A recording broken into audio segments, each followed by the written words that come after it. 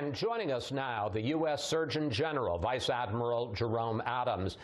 Dr. Adams, the U.S. is now reporting 30,000 new cases a day.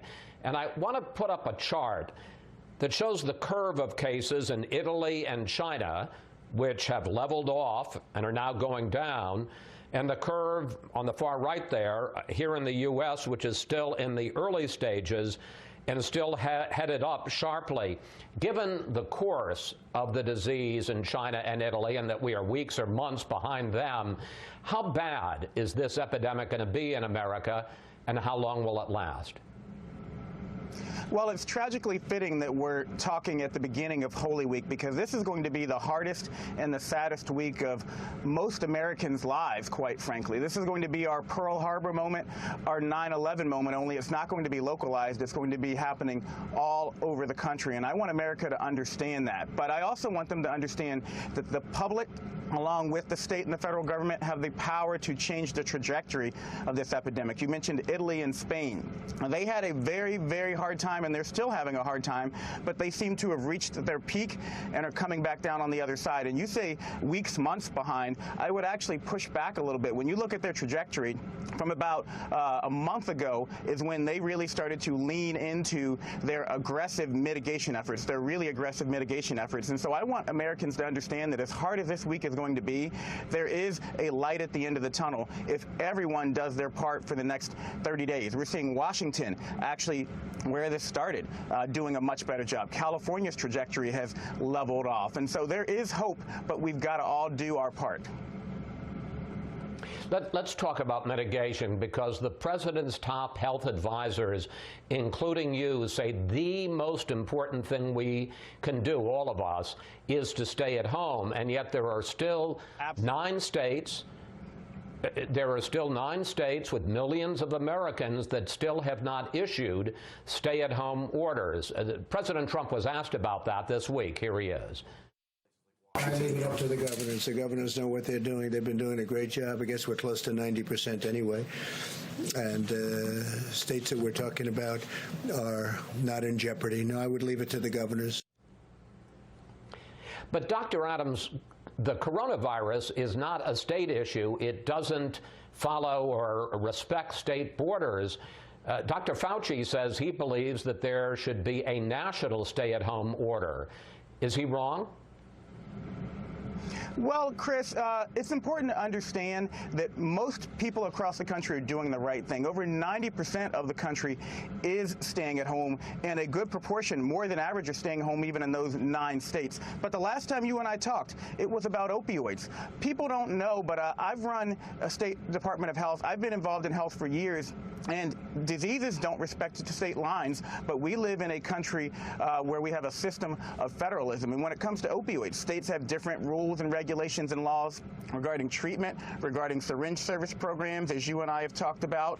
I actually put out a report on tobacco cessation earlier this year, and we know that states have different laws there, and more people will die, even in the worst projections, from cigarette smoking in this country than are going to die from coronavirus this year. And so we always are struggling with trying to get information out to guide people that we know will help them be healthy with states' rights. But it's why we put out these 30 days to stop the spread guidelines. These are essentially our national stay-at-home order, and we're working with governors to figure out their needs, their desires. One more important point, the 9 states that haven't yet done shelter-in-place orders are states that actually produce a large amount of our food. So they're struggling with issues concerning how they can provide for the rest of the country to be able to stay at home. But right now, what I would say to those governors is, if you can't give us a month, give us what you can. Give us a week. Give us whatever you can to stay at home during this particularly tough time when we're going to be hitting our peak over the next 7 to 10 days. But Dr. Adams, there's a big difference between opioids and cigarettes, which are something that people decide to use or not to use, and the coronavirus, which people catch. It's not an individual choice.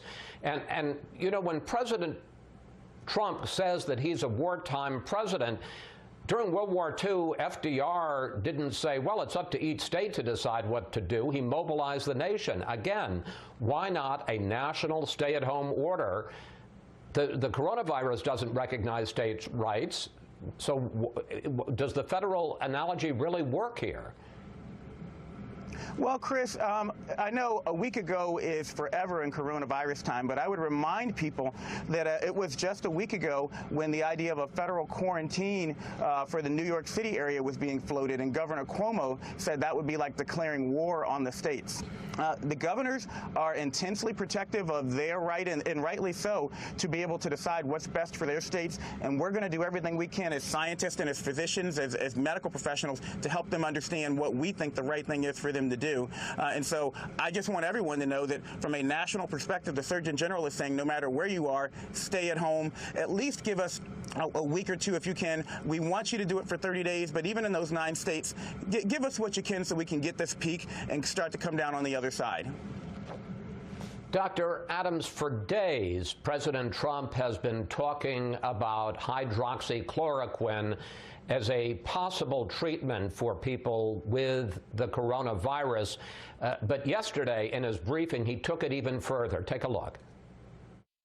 What do you have to lose? In some cases, they're in bad shape. What do you have to lose? I may take it, and I'll have to ask my doctors about that, but I may take it. Dr. Adams, as the nation's top public health official, are you comfortable with people taking an unproven, untested drug, even people who don't actually have the virus? Well, here's what we've advised the president, and here's what I've heard him say consistently. When people are in a tragic situation where they're in the hospital or a loved one's in the hospital with COVID-19, we want them to be able to have a conversation with their healthcare provider about everything that they could possibly do to save their lives. There are some accounts, some stories out there regarding hydroxychloroquine helping, and we know it's been available for years, so we feel a little bit better regarding its safety than we do about a completely novel drug, even though this is being used at much higher dosages. And so we just want to be able to facilitate physicians and patients having that conversation. That's what I tell people. That's what I've heard the president tell people. Finally, and I got about a minute left here, Dr. Adams, the CDC now recommends that people use face coverings in public, and in fact, you're in a CDC video in which you show people how to make a mask themselves that they can wear. But President Trump was clear that he is not going to be following that guidance. Take a look here, sir. I think wearing a face mask as I greet presidents, prime ministers, dictators, kings, queens, I don't know, somehow I don't see it for myself. Does that statement by the president send a mixed message about taking this recommendation seriously? Well, if you look at the CDC guidelines, they actually emphasize that, number one, they're voluntary, and number two, and the most important part of this, is they're not a substitute for social distancing. I was at the White House yesterday. I'm going there immediately after this. The White House doctors and Secret Service are taking pains to make sure everyone is social distancing in regards to the president, the vice president, and each other. And so the president is making a choice that's appropriate for him. What I want Americans to know is if you're going out in public and you're going to be closer than 6 feet to other people, you can use a cloth facial covering. And here's mine that I made, very easy to use. And it protects you, Chris, from me. We want people to understand you're wearing this not to protect yourself, you're using it to protect your neighbor. And that's what this week is going to be all about. People staying at home to protect their neighbor, people wearing cloth facial coverings if they have to go out in public to protect their neighbor. It's going to be a test of our resolve. It's going to be the test of our lives. But I am confident that we can come out on the other side based on the data and based on what I know about the American people. Dr. Adams, thank you. Thanks for your time during these very busy days. Please come back, sir. Thank you.